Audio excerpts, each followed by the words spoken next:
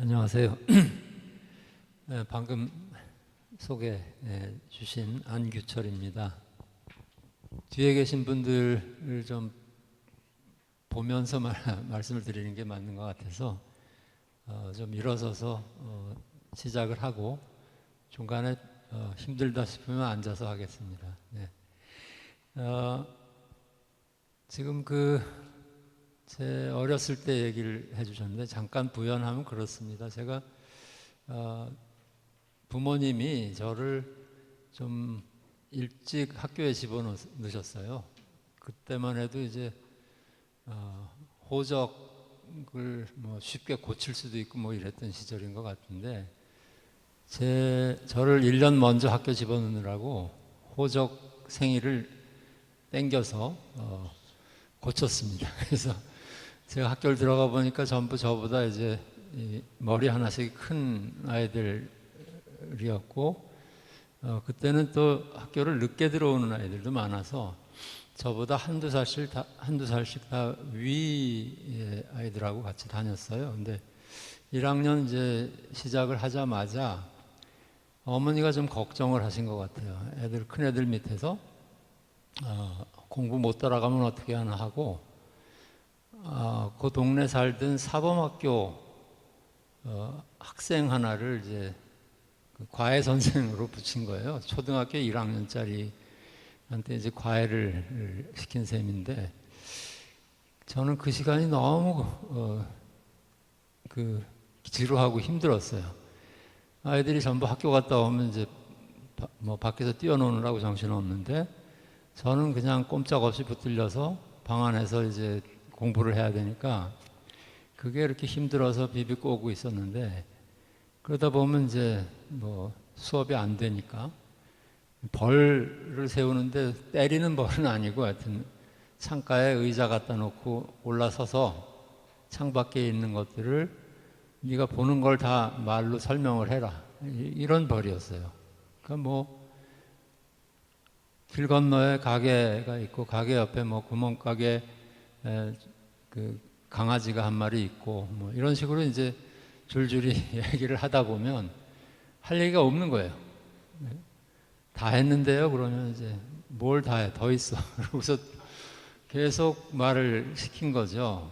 이제 그게 참 어린아이 입장에서는 참 황당한 벌인데 이게 벌이라기보다는 일종의 좀 놀이 같은 그런 거였어요. 근데 저한테 이제 점점 시간이 갈수록 그때 그 경험이 아마 제가 나중에 미술을 하는 사람이 되는 어떤 하나의 계기가 아니었을까 이런 생각을 하게 됐습니다.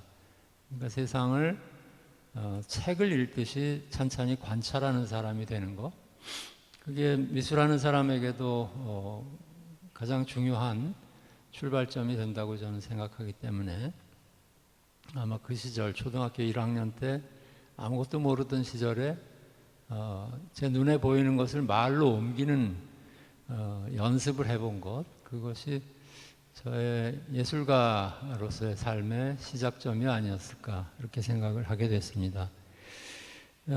오늘 강의는 이제 이번 학기죠. 이번 학기 강의는 저하고 제 옛날 제자입니다. 지금 한예종에서 강의를 하고 있는 친구인데 박보나라고 하는 젊은 여성입니다.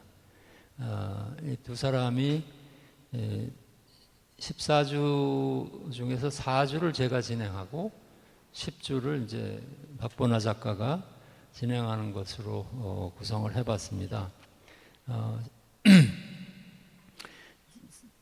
오늘 첫 번째 주에는 제가 그동안 어떤 미술 작업을 했는지를 좀 천천히 소개해드리고 두 번째, 세 번째 시간에 제가 우리나라 현대미술에서 개념적인 미술, 우리가 흔히 개념미술이라고 하면 굉장히 좀 생소하고 낯선 개념인데요, 미술에서. 근데 이 개념미술의 전개 과정을 좀 주요 작가들과 역사를 설명하면서 살펴보는 그런 시간으로 준비를 했고요.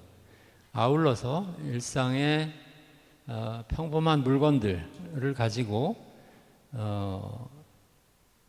그것으로 미술을 하는 그런 제 작업 방법을 좀 상세히 설명드리고 그 방법을 가지고 이 강의에 참가하신 여러분께서 과제 하나씩을 해오는 걸 계획을 하고 있습니다.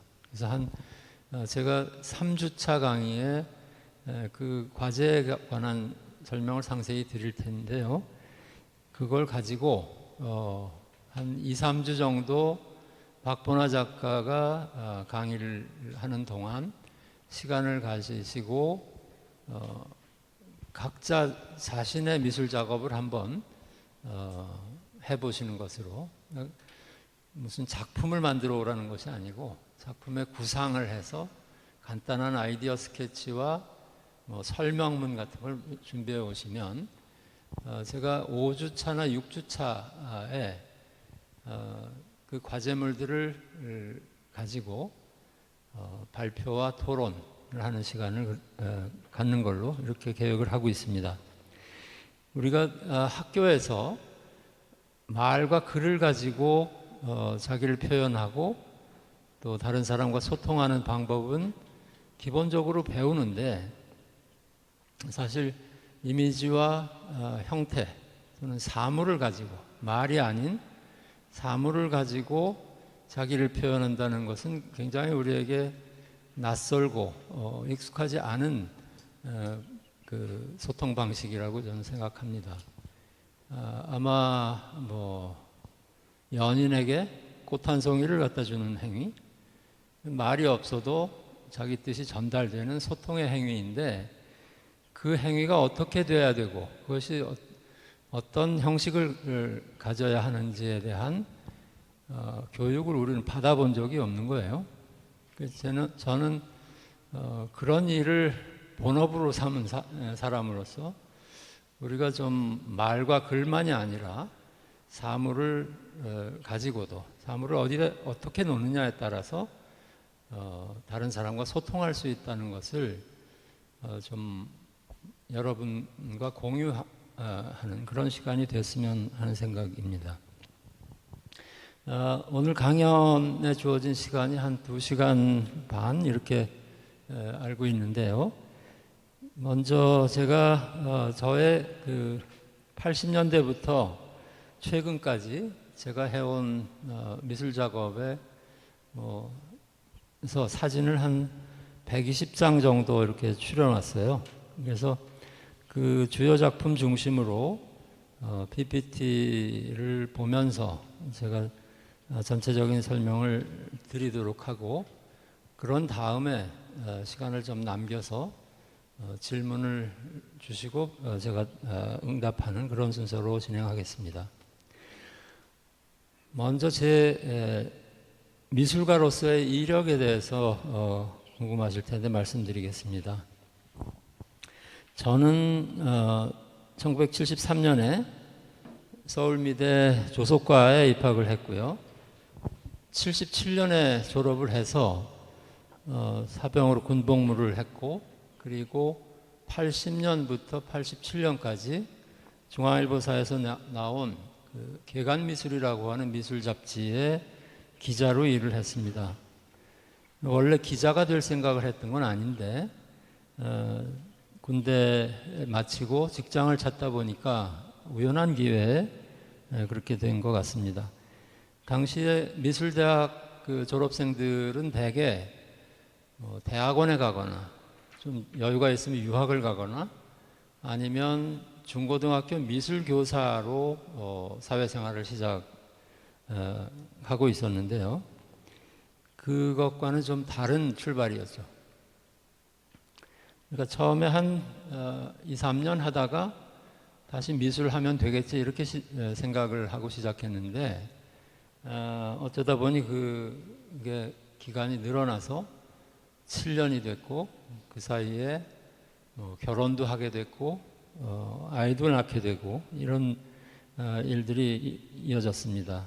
회사를 다니면서 틈틈이 작업을 하기는 했지만 제가 본격적으로 미술가로 시작을 하게 된 것은 대학 졸업한 지 10년 만인 87년에 회사를 그만두고 프랑스로 유학을 가면서부터였다고 할 수 있습니다.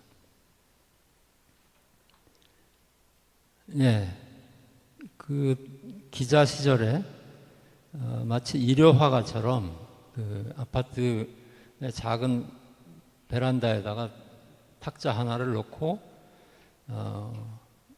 당시 조각가들이 사용하던 재료와는 전혀 좀 다른 지점토, 무슨 석고, 그리고 수채화 물감 이런 것으로 아주 소박한 방식의 작업을 하고 있었습니다.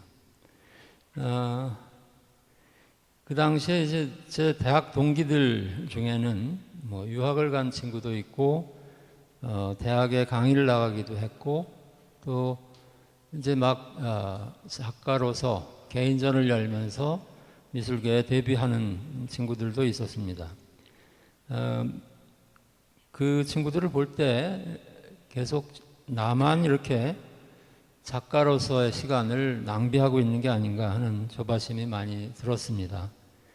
근데 이제 나중에 돌이켜보면 그때의 그 7년 동안의 그 기자 생활이 저한테는 대단히 중요한 자산이 됐다는 것을 알게 됩니다. 우리나라의 중요한 미술가들을 직접 만나서 취재를 하고 또 그분들에 대해서 기사를 쓰고 또 유수한 평론가들의 글을 받아서 그 글들을 교열하는 그런 과정을 통해서 글 쓰는 법을 좀 전문적으로 배운 셈이 됐고요.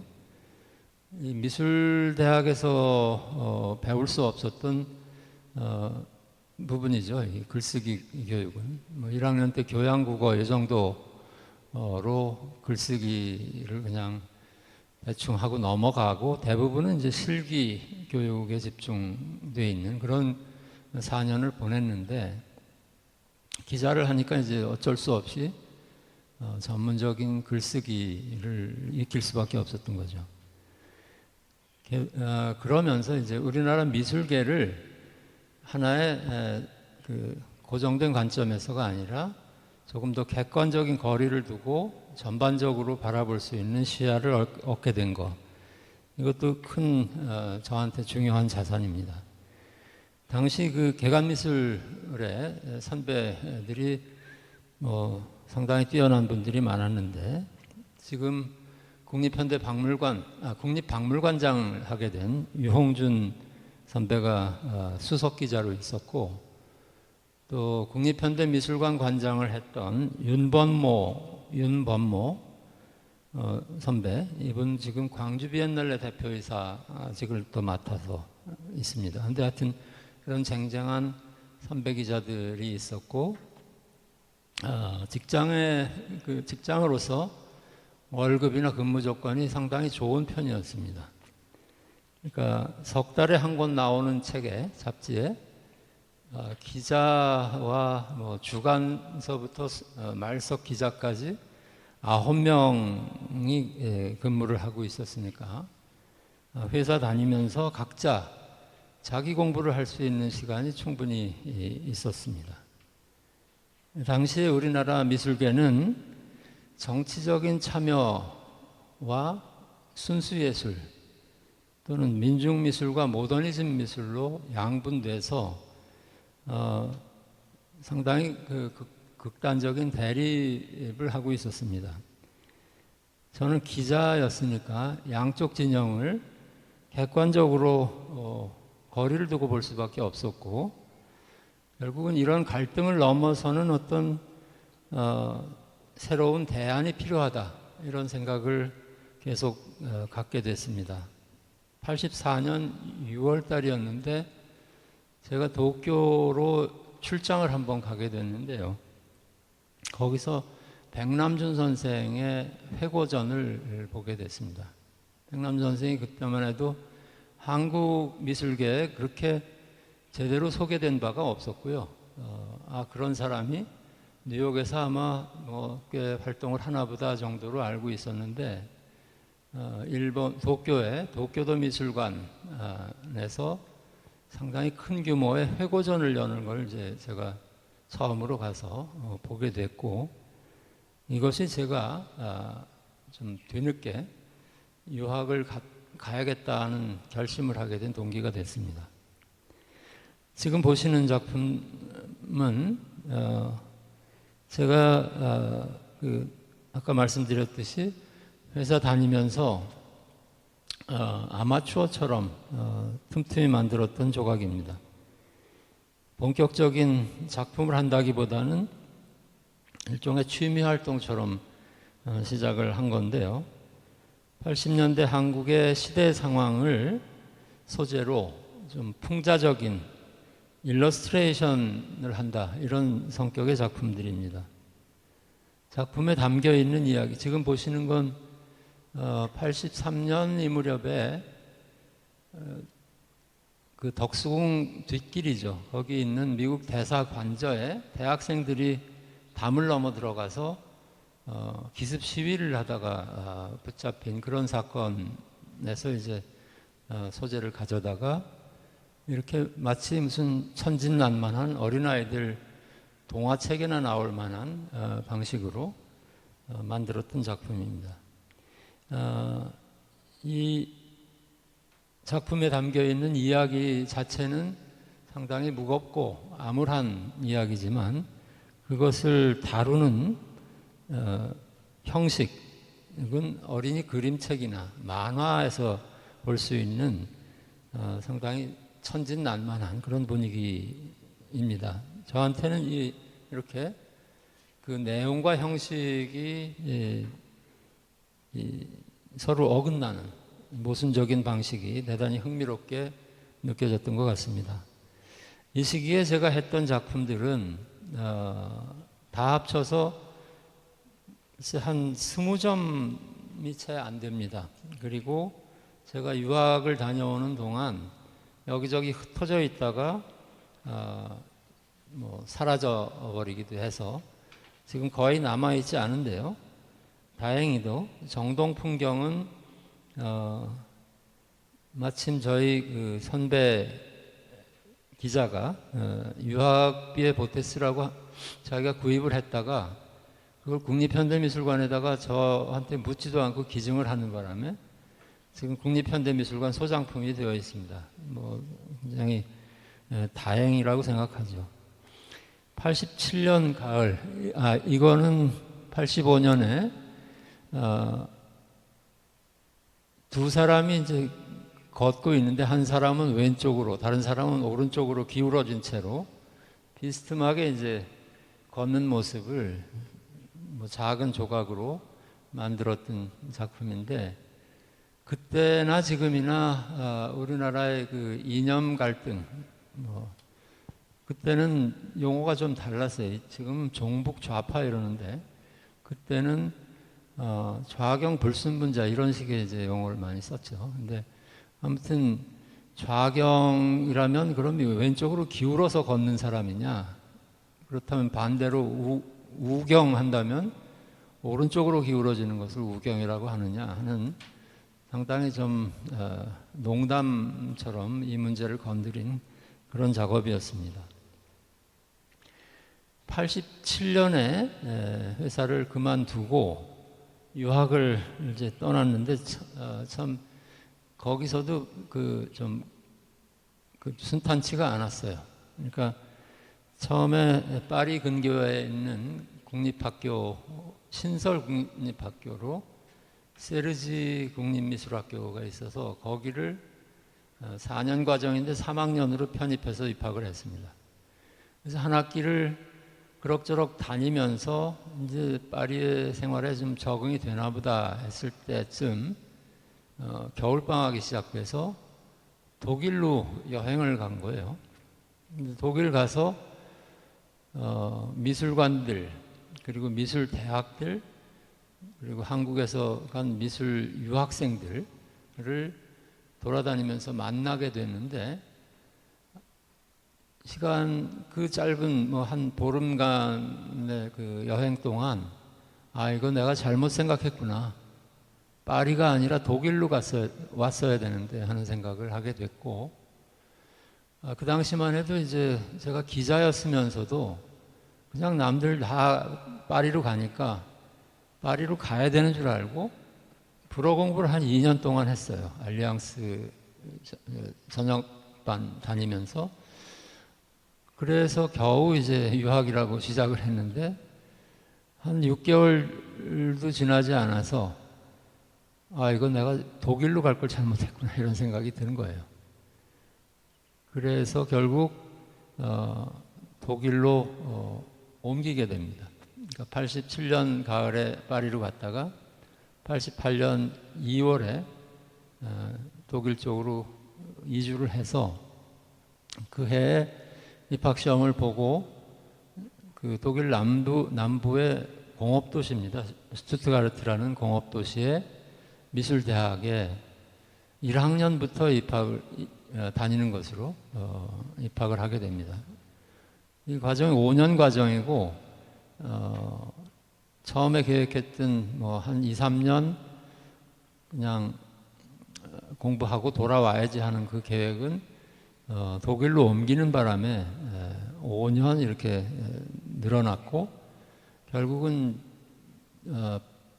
7년 반으로 연장이 됐습니다. 아무튼 이 스투트가르트 대학에서 스투트가르트 미술학교는 하여튼 그 건축 디자인까지 전부 포함해서 학생 수가 한 1200명 정도 전체 학생이 되는 상당히 큰 규모의 미술학교였습니다. 그리고 독일 작가들뿐만 아니라 해외에 유럽의 여러 다른 나라들의 작가들을 교수로 초빙해서 상당히 국제적인 그 환경에 교육을 제공하는 그런 학교였습니다. 근데 처음 한두 해 이 학교에 다행히 입학해가지고 한두 해를 다닐 때가 제일 힘들었던 시기였던 것 같습니다. 제일 큰 문제는 제가 경험했던 한국 사회 또는 한국 문화하고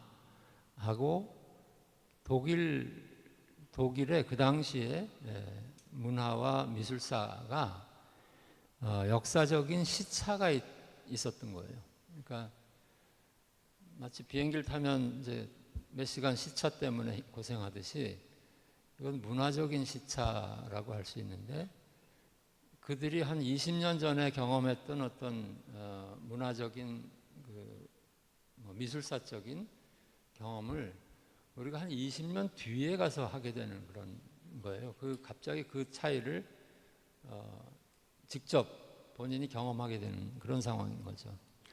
지금 보시는 작품, 그 동판을 두들겨서 만든 국자 같은 거, 또는 그 구두소를 일일이 그 소를 한 가닥씩 심어가지고 직접 만든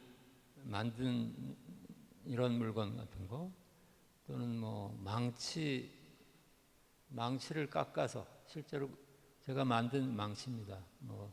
쇳덩어리를 자르고 깎고 그 앞면에다가 단어 하나를 이렇게 스탬프처럼 튀어나오게 한다든지 이런 작업을 하게 됐는데요.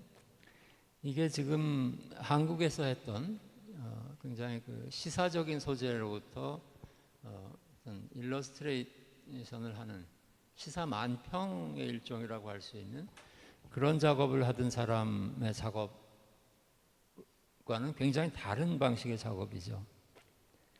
그러니까 일상적인 물건들, 도구들을 특별한 방식으로 재구성해서 그 안에다 어떤 이야기를 담는 그런 작업이라고 할 수 있습니다.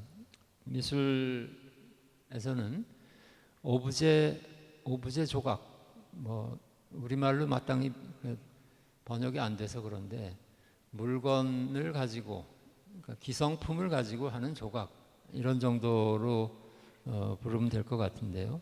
오브제 미술이라는 명칭으로 통칭되고 있습니다. 이 배경을 좀 말씀드리면, 그 시절 제가 제일 큰 고민이 내가 누구를 보여주려고 이 작품들을 만드는 것인가 하는 그 질문이었어요. 나의 관객이 지금 내가 살고 있는 독일인들인가, 아니면 내가 떠나온 한국 사람들인가.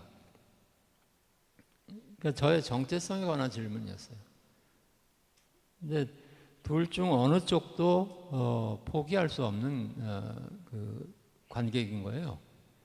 그러니까 독일까지 와서 계속 독일 관객들한테 한국 사회의 부조리와 모순에 대해서 이야기하는 그런 작품만을 계속한다는 건 무의미한 일이 될 것 같고, 또 그렇다고 해서 한국 사회의 현실을 완전히 잊어버리고 한국 사람들하고는 소통되지 않는 어떤 다른 미술을 한다는 것도 저한테는 불가능한 일이라고 생각이 돼서, 어떻게 하면 양쪽에서 다 소통 가능하고 양쪽에서 의미 있는 그런 작업을 할 수 있을까 하는 것이 가장 중요한 저의 그 문제거리였고, 그것이 이제 이런 그 일상적인 사물을 미술의 소재로 사용하게 된 계기가 됩니다. 그러니까 망치의 국적이 있을 수가 없고요. 우리가 사용하는 도구들에 이건 한국식이야, 한국의 무슨 국자야, 이건 독일의 의자야, 이런 식으로 이것을 구분할 수 없다는 생각, 국적과 지역성, 문화적 그 특수성을 넘어서 보편적 소재를 사용하면서 그것으로 우리가 인간으로서 또 지금을 사는 사람으로서, 그러니까 우리 사회가 공통적으로 겪고 있는 보편적인 문제에 대해서 이야기한다 하는 것이 그 당시 저의 생각이었습니다. 망치의 사랑이라고 제목을 붙였는데요. 학교 철공실에서 쇳덩어리 하나를 잘라서 구멍을 뚫고 깎아서, 쇠를 깎아서 글씨 하나를 새겨 놨습니다. 자세히 보시면 망치 바닥면에 이게 어떻게 된 건가?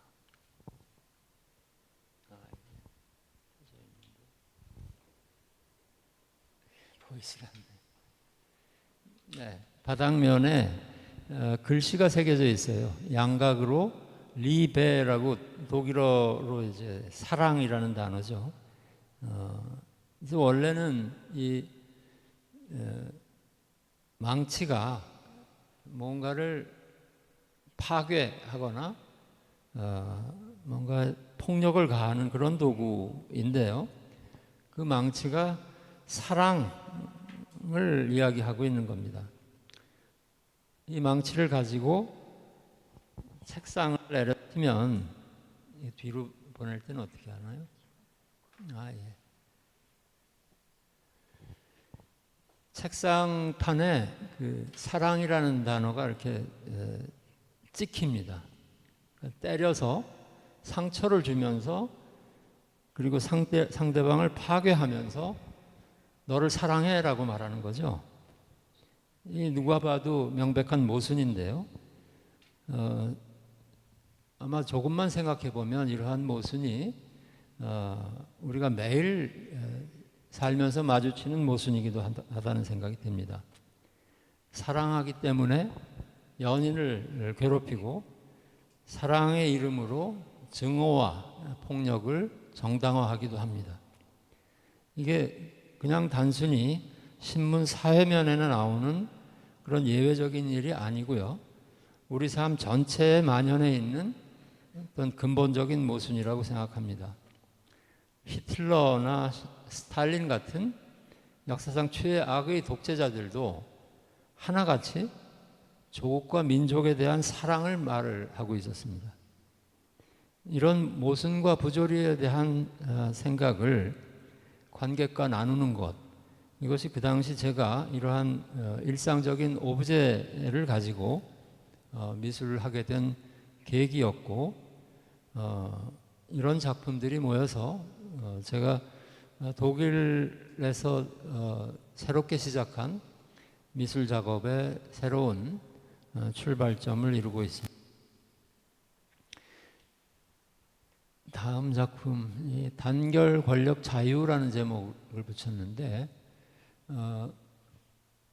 이 작품에도 이야기가 있고요. 제 초기 작업 중에서 가장 많이 미술계에서는 소개가 된 대표작이라고 할 수 있습니다. 세 벌의 외투가 한 덩어리로 붙어 있습니다. 그러니까 소매를, 여기서 이게 안 되나 봐요. 외투의 소매를 옆 사람하고 같이 쓰게 되어 있어요. 그러니까 세 사람이 입을 수 있는데, 단지 세 사람하고 이 옷을 입은 사람들은 셋이 같이 움직일 수밖에 없고 같은 방향을 향할 수밖에 없는 그런 옷입니다. 그러니까 마치 우리가 팔짱을 끼고 같이 움직이는, 한 몸이 돼서 움직이는 그런 상태를 옷의 형태로 이렇게 구현한 그런 작업인데요. 이것의 제목이 Solidarity Makes Freedom이라는 일종의 구호 같은 거죠. 단결해야 또는 연대해서 자유를 만든다. 연대가 자유를 만든다. 이런 문장인데요. 이 말은 1991년, 92년 사이에 이라크가 쿠웨이트를 침공했을 때 미국의 부시 대통령, 미국 대통령 1차 이라크 전쟁 때 부시 대통령이 서방 국가들의 참전을 요구하면서 서방 국가를 향해서 했던 말이었어요. 너희가 단결해줘야 쿠웨이트가 자유를 얻는다, 이런 말이죠. 이 문장이 이제 독일 신문에 머릿기사로 크게 실리고 그 안에 관련한 내용이 박스 기사로 이렇게 실렸는데, 제가 그걸 이제 천천히 읽으면서 이 말의 의미를 곰곰이 생각을 해봤습니다. 그러니까 쿠웨이트의 자유를 위해서 서방 국가들이 단결해야 된다는 이 말인데요. 이 말을 뒤집으면 쿠웨이트의 자유를 위해서 서방 국가들은 전쟁을 하지 않을 자신들의 자유를 포기하거나 유보해야 된다, 이런 말이 되기도 하는 거예요. 그러니까 맞는 말인데 실제로 그 안의 내용을 들여다보면 그 안에는 자유와는 정반대의 어떤 강요가 들어있다는 것을 발견을 하고, 외투라는 것이 가지고 있는, 누구나 자기 외투를 자기만 입는 것이지 다른 사람과 같이 입지 않는데요. 그 개인의 소유인 그 외투가 여러 명의 공동 소유가 됨으로써 개인의 자유가 집단에 의해서 왜곡되거나 제거되는 그런 상태를 표현하고자 했습니다. 이 외투, 구두, 그리고 안경, 이렇게 연작으로 세 가지 물건을 만들어서 전시장에 전시를 했는데, 구두 세 켤레도 마찬가지의 조건입니다. 누구나 한 켤레의 구두를 온전히 자기 것으로 신고 살지, 다른 사람과 붙어 있는 상태로 구두를 신지는 않지 않습니까? 그런데 그것이 아예 바느질서부터 구두의 뒤축과 다음 구두의 앞축이 한 덩어리로 묶여 있습니다. 그래서 세 사람이 신고 마치 기차놀이 하듯이 신고 걸을 수는 있는데, 그 걷는 과정은 계속해서 개인의 선택이 아니고 그 3명의 집단의 선택에 맡겨지는 이런 상태가 되는 것. 그리고 이제 여기에 또 하나 덧붙여 있는 것은 구두의 뒷축, 구두의 뒷굽이 없어요. 구두의 뒷굽 대신 뒷사람의 발을 밟게 돼 있는데요. 그러니까 맨 앞에 있는 사람은 괜찮아요. 자기가 남의 발등을 밟고 있지만 불편한 게 없어요. 근데 가운데 있는 사람은 한쪽으로 밟히고 다른 쪽으로는 또 다른 사람을 밟게 되는 이런 상태입니다. 그러니까 셋 중에 맨 마지막에 있는 사람이 제일 불쌍한 사람이에요. 그러니까 발등을 밟히고 있는데 자기는 밟을 발등이 없는 거예요. 근데 하여튼 이것은 그 당시 독일의 그 사회학 용어인데요. 3분의 2 사회라고 번역이 되는데 3분의 2 게젤샤프트입니다. 그런 용어를 이제 독일 사회학자들이 만들어서 쓰고 있는 걸 보고 제목을 이렇게 붙이게 됐어요. 그러니까 독일 사회가 전 국민을 그러니까 평균 이상으로 먹고 살게 할 만큼의 그 생산 그러니까 소득이 있는 나라인데 그 인구의 3분의 1을 그야말로 빈곤층으로 계속 유지하는 것이 그 사회의 생산성을 유지하는데 도움이 된다 이렇게 판단한다는 겁니다.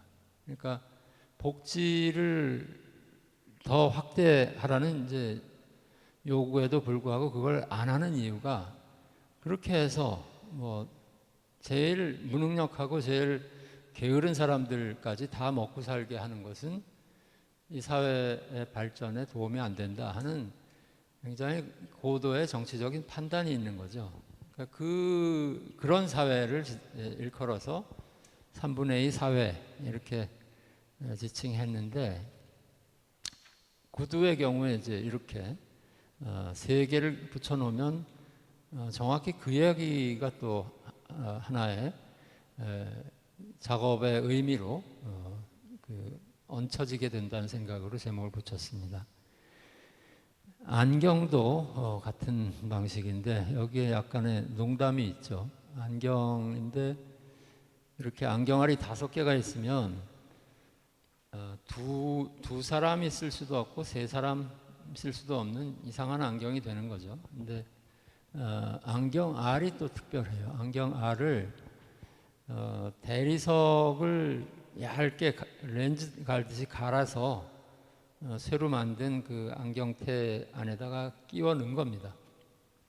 그래서 이 빛이 얇게 투과되기는 하는데 일반적으로 안경이 세상을 투명하게 조금 더 선명하게 볼 수 있도록 도와주는 도구라면 이것은 정반대로 가는 도구죠. 세상을 흐리게 만드는 역설적인 안경입니다. 이런 식의 작업 지금 독일서 만들어서 5년 만에 이제 잠깐 귀국했을 때 한 전시를 통해서 이제 국내 소개를 했는데 지금 안경은 국립현대미술관 소장품이 돼 있고 구두는 아트선재미술관이라고 개인미술관 소장품이고요. 외투는 또 그 당시 제가 첫 개인전을 했던 갤러리가 작품에 들어간 비용을 이렇게 정산하는 과정에서 구입하는 방식으로 소장하고 있는 그런 상태입니다. 이 시기에 저는 용접, 뭐 조각가니까 용접도 할 수 있고 나무를 가지고 무슨 가구를 만들 수도 있고 한데 제가 한국에서는 거의 대부분 흙을 가지고 어떤 형상을 만들고 그걸 석고로 떠서 보관하고 이런 식의 재료를 사용하는 것에 한정되어 있었는데 독일에 가서 이 시기에 용접서부터 바느질까지 굉장히 다양한 재료와 기법을 사용하게 됩니다. 지금 식탁보에 잘 안 보이실지 모르겠는데 금붕어들이 이렇게 수 놓여져 있고요. 이걸 좀 자세히 보시면 그러니까 빨간색 수실로 천에다가 한 땀 한 땀 이렇게 점을 찍어서 마치 금붕어처럼 보이게 만든 그런 작업입니다. 그 당시에 뭐 유학생이니까 돈은 없고 시간은 넘쳐나던 그런 시절이어서 금붕어 9마리를 그냥 며칠 붙들고 앉아서 수트를 붙들고 앉아서 수를 놔서 작업을 했습니다. 이게 당연히 이제 이 작품 보시면 물고기들이 저 빨간 금붕어들이 이렇게 무리를 지어서 한쪽에서 다른 쪽으로 이동하는구나 이렇게 이제 보시게 됩니다. 그런데 잠깐 생각해 보면 이것은 물고기도 아니고 그야말로 식탁보에 꼼짝없이 붙들려 있기 때문에 움직일 수도 없는 빨간 색점들의 집합에 불과합니다. 그걸 물고기라고 보는 것은 우리의 머릿속에서 일어나는 현상이죠. 그러니까 일종의 기호인데 이건 물고기 같은 거야 라고 하는 기호인데 우리는 그걸 살아서 움직이는 물고기라고 보고 그것이 아마 그 샐러드볼 속에 담겨 있는 물하고 관련이 있나 보다. 물고기들이 이쪽 물에서 저쪽 물로 옮겨가나 보다. 이렇게 이제 보게 되는 거예요. 그래서 저는 이걸 통해서 허구 우리가 만들어낸 픽션, 물고기는 픽션이에요. 여기서 물고기라고 되어 있는 것은 그 픽션과 저 물그릇 안에 담겨 있는 진짜 물, 그 현실 사이에 넘을 수 없는 벽이 있다. 이런 것을 좀 확인하는 의미로 이 작품을 만들었습니다. 이 작품은 지금 리움 미술관의 소장품으로 들어가 있습니다.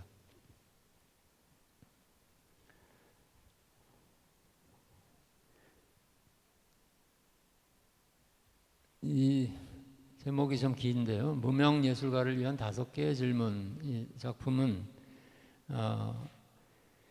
그 당시에 제가 일상적으로 우리 주변에 있는 물건들을 가지고 어떻게 이야기를 하는지를 잘 보여주는 사례로 좀 설명드리면 좋을 것 같아요. 그러니까 앞에서는 이제 뭐 단일한 망치니 구두소리니 국자니 하는 단일한 물건들로 어떤 이야기를 담았다면 여기서는 그 이야기를 공간 전체로 좀 확장해 본 일종의 설치 작품으로 최초의 작품이라고 할 수 있고요. 당시 저의 자화상이라고 생각하면서 만든 작품입니다. 이게 어떻게 자화상이 되는지를 지금부터 말씀드리는데요. 방에 이제 2개의 문이 붙어 있습니다. 저쪽에 하나, 이쪽에 하나. 그리고 그 가운데에 화분이 있고 화분 속에서 마치 의자가 이렇게 자란 것처럼 높지막히 의자 하나가 놓여 있습니다. 근데 그 한쪽에 저쪽 끝에 있는 문은 인생이라고 써 있어요. 인생으로 통하는 문이에요. 그러니까 영어로 하면 life인데 그 문에는 손잡이가 따로 달려 있질 않아요. 손잡이가 떨어져 나가 있어서 열 수 없는 문이고 이쪽은 예술, 그러니까 독일어로는 쿤스트인데요. 예술이라고 이름이 써 있는 문이고 그 문에는 손잡이가 5개가 나란히 붙어 있어서 그러니까 간단히 열 수가 없는 문이다 하는 얘기가 되겠습니다. 그러니까 인생으로 나갈 수도 없고 예술로 들어갈 수도 없는 일종의 고립된 상태, 그 중간지대에서 오도 가도 못하는 상태를 이런 식의 물건을 배치를 통해서 보여주는 그런 작업입니다. 이게 그 당시 그야말로 아무도 알아주지 않는 무명 예술가로 뒤늦게 이제 작가가 되겠다고 먼 나라에 와서 그야말로 암중모색하고 있던 저의 처지를 그대로 보여주는 상황이 아닐까 생각했고요. 그 안에 지금 이 화분 속에 의자는 결국 의자는 죽은 나무로 만든 물건인데 그걸 화분에다 심고 계속 물을 주어서 그 죽은 의자가 살아서 자라게 만든다. 이런 불가능한 일이 제가 그 꿈꾸는 일이 아닐까 하는 그런 자조와 이런 것들이 담겨 있는 그런 작업입니다. 그러니까 이 작품 제가 독일에서 처음으로 그 전시를 학교 바깥에서 초대받아서 했던 첫 전시의 작품이었고 일상적인 물건을 가지고 이야기를 하기 시작한 제 작업이 설치미술의 형식으로 확장된 최초의 사례라는 점에서 저한테는 중요한 의미가 있습니다. 90년대 전반에 92년에 처음으로 그러니까 유학 간 지 5년 만에 이제 기회가 생겨서 서울에서 개인전을 처음 하게 됐습니다. 그때 이 작품들을 가져다가 전시를 했고요. 그 전시 이후로 사람들이 저를 독일에서 공부한 개념미술가 이런 식의 꼬리표를 붙여서 부르기 시작했습니다. 조금 괜찮으신지 모르겠어요. 제가 지금 120장 중에서 앞에 한 15페이지 정도 넘겼는데 이 속도로 가다가는 좀 나중에 시간이 모자랄 것 같긴 한데요. 조금 서둘러서 다음 얘기를 드리고 한 3시쯤 잠깐 휴식 시간을 갖도록 그렇게 하겠습니다. 어떻게 제 말씀 좀 들으실만 하세요? 아니면 좀 예. 그러니까 90년대 전반, 그러니까 제가 한국에 5년 만에 돌아와서 그 첫 개인전을 하고 나서 다시 독일로 돌아가서 몇 년간 더 독일에 머물면서 작업을 했는데 그 시기 작품 중에서 제일 대표적인 작품이고 지금 이제 국립현대미술관 소장품이 되어 있습니다. 근데 이것은 그 남자의 가방이라는 제목으로 제가 책 제목도 그 남자의 가방이라는 제목으로 에세이집을 내기도 했는데 제가 쓴 짧은 우화입니다. 동화 같은 이야기를 배경으로 만든 작품인데요.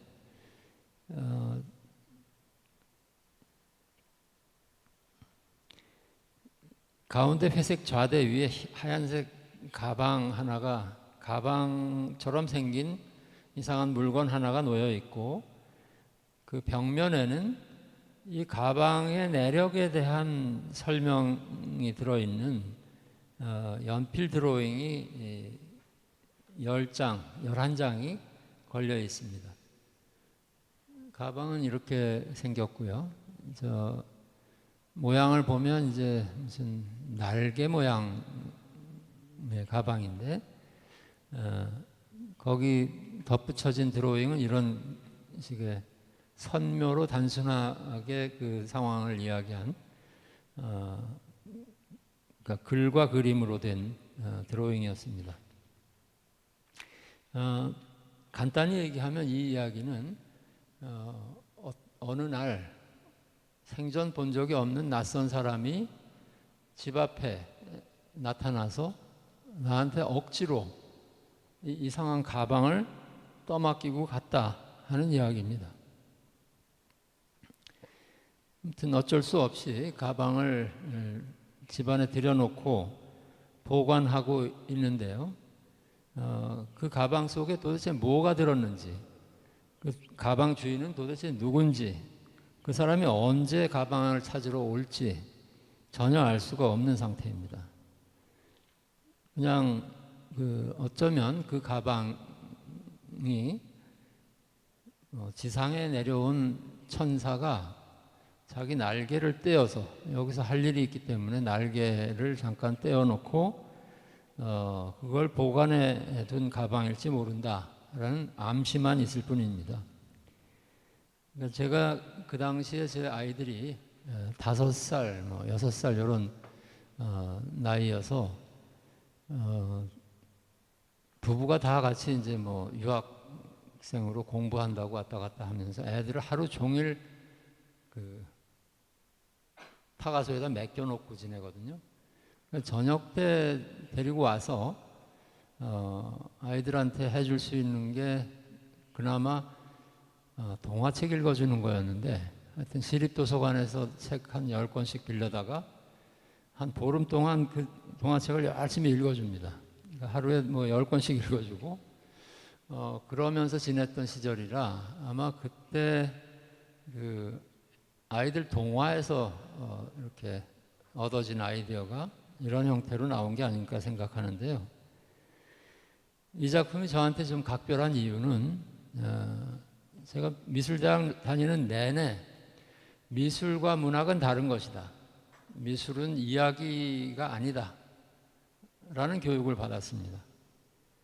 그러니까 거의 그 당시에 선생님들이 한결같이 미술을 이렇게 딱 글쓰기하고 분리하고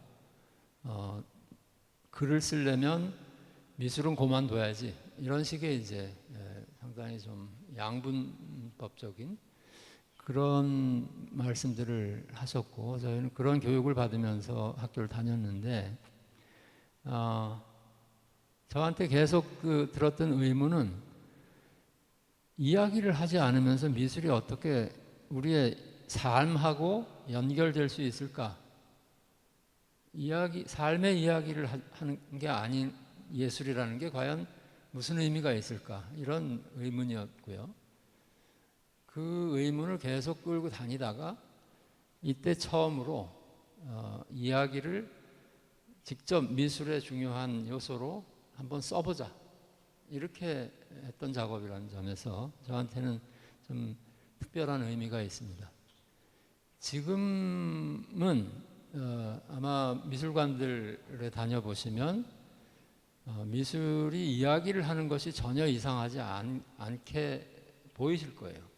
미술가들이 영화를 만들기도 하고 다큐멘터리 영상을 미술작품이라고 전시장에 내놓기도 하고, 이런 일들이 얼마든지 가능한 시대가 됐는데, 그때만 해도 그야말로 모더니즘의 마지막 시절, 모더니즘이 끝나고 이제 무슨 포스트 모던이 어쩌냐 하는 것으로 넘어가기 직전의 시대였기 때문에 미술가가 세상에 대해서 이러쿵저러쿵 이야기를 하는 방식, 서사를 미술에 포함시키는 것을 극도로 이렇게 부정하고 배제했던 그런 시기였던 것 같아요.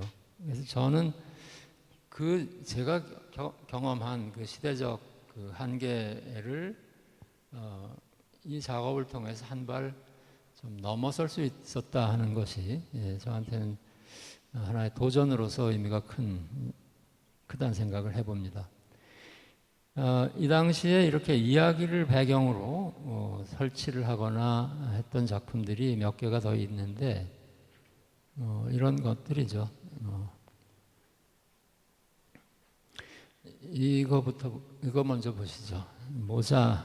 제가 2004년에 지금 없어졌는데 삼성생명 앞에 유리로 된 로댕 갤러리라고 로댕 작품이 여러 개 있는 그런 전시장에서 개인전을 하게 됐습니다. 그러니까 이 미술관 리움의 이제 분관 같은 건데 여기서 1년에 한 번 정도 국내외의 중견 작가 한 명을 초대해서 전시를 해주는 그런 거였는데 제가 어떻게 하다 그 전시를 하게 됐어요. 그때 이제 입구에 들어가면 긴 벽이 있는데 그 전면 벽을 이 작품으로 채웠습니다.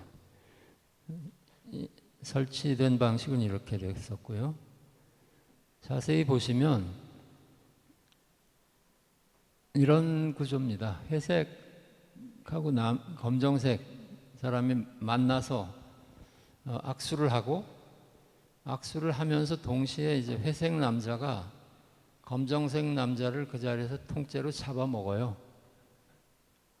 그래가지고 그 와중에 이제 이 희생자의 모자가 바닥에 떨어졌는데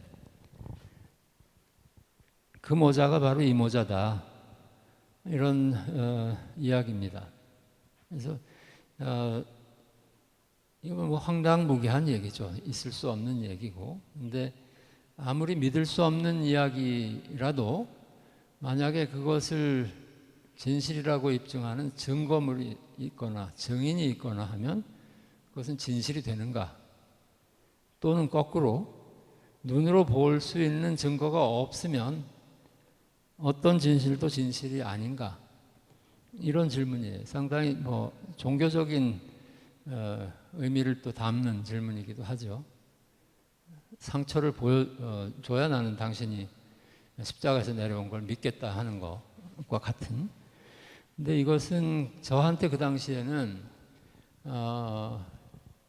이라크 전쟁을 그 CNN이 들어가서 생중계를 하는 세상이고 화성에서 굴러다니는 돌멩이를 여기 앉아서 카메라로 이렇게 끌어당겨서 볼 수 있는 세상. 그러니까 세상의 모든 것을 볼 수 있게 된 세상에서 눈에 보이지 않는 것은 눈에 보이지 않는 진실은 더 이상 존재할 수 없는 것이냐 하는 그런 좀 나름 철학적인 질문을 가지고 했던 작업입니다. 배경에는 이런 꽤 심각한 이야기가 담겨 있지만 실제 겉에 나오는 양상은 만화와 비슷한 그런 이야기가 됐고요. 95년쯤에 제가 이제 독일에서 한국으로 돌아오게 됐습니다. 근데 사실 그때 돌아올 때만 해도 한국에서 뭘 하지 하면서 그냥 학교 다니면서 계속 목공실에서 목수, 그러니까 독일 목수 마이스터한테서 목공 기술을 좀 배웠으니까 동네에다 조그만 목공소 하나를 차려서 한쪽에서 작업도 하고 동네 사람들 식탁 같은 거, 책꽂이 같은 걸 만들어주면서 사나 이제 이러고 왔어요. 근데 그거 전혀 현실성이 없는 상상이었죠. 와서 한 1년 반 정도 시간 강의도 하고 어디 출판사에 무슨 기획위원 이런 잡다한 일을 하는 사실상 백수에 가까운 생활을 하다가 정말 다행스럽게도 97년에 한예종의 미술원이 생기면서 그 학교의 창립 멤버로 교수를 시작하게 됐습니다. 유학 떠나서 헤매고 다닌 지 한 10년 만에 다시 이제 안정적인 직장이 생긴 거 천만 다행이고 그런데 가족을 부양해야 됐고 하는 저로서는 근데 이제 계속 학교에 들어가자마자 제가 보직을 계속 맡게 되는 거예요. 그러니까 동료 교수들이 다 작가들인데 사람들이 무슨 행정 경험도 없고 그나마 이제 기자를 했던 제가 뭐 하다못해 회의 자료라도 정리를 할 줄 아니까 계속 그 일을 떠맡게 돼서 한동안 작업이 진전이 되지를 않았었어요. 그러다가 이제 99년에 경주 선재에서 전시를 하게 됐고, 또 이어서 2004년에 아까 잠깐 보셨던 리움미술관 로덴 갤러리에서 개인전을 열게 되면서 제가 이제 조금씩 한국 미술계에서 작가로서 이름을 얻게 됩니다. 사소한 사건 99년까지 설명드리고 잠깐 쉬겠습니다. 99년에 지금 없어졌는데요. 경주 선재미술관, 경주의 힐튼 호텔 옆에 미술관이 있었고, 그 미술관의 별관에다가 이렇게 그 작가들을 한 명씩 초대해서 큰 규모의 그 작업을, 일시적인 설치 작업을 하게 하는 그런 프로그램에 초대가 돼서 했던 작품입니다. 이때 벽돌을 어느 벽돌 회사에서 10,000장을 협찬을 받았어요. 그러니까 벽돌 10,000장을 쌓아서 거대한 기념비 같은 걸 만들었는데 이런 형태가 됩니다. 그러니까 그대로 그 원형이 있고 그 원형을 그대로 실축해 가지고 벽돌로 재현한 그런 작품인데요. 그 원형이 바로 이 지금 보시는 이렇게 이상하게 고정된 손수건의 형태입니다. 그러니까 50cm, 50cm짜리 천 하나를 이렇게 들어 올리다가 그냥 놔버린 거예요. 그래서 이 형태는 아무것도 아니죠, 사실. 우연히 그렇게 그런 형태를 갖게 된 것일 뿐이지 거기에 어떤 의미도 있을 수가 없는데, 이것을 그 엄청난 크기의 기념비로 벽돌로 재현했을 때 이런 질문들이 생기는 거예요. 그러니까 어떤 것이 우리 주변에서 일어나는 뭐 사건이나 역사적인 일들 중에서 어떤 것은 그야말로 스쳐 지나가는 사건이 되고 어떤 것은 남아서 광화문에 영원히 보존되는 기념비가 되는가, 이런 질문입니다. 그러니까 그 판단을 기념비가 되느냐 아니면 잊혀지느냐의 판단을 도대체 누가 하는 것이고 그 기준은 무엇이냐, 이런 질문을 해본 거예요. 아주 사소한 그냥 아무것도 아닌 손수건의 형태를 거대한 기념비로 과장해서 만들었을 때 이런 질문을 관객과 함께 해볼 수 있지 않을까 하는 생각을 하면서 만들었던 작품입니다.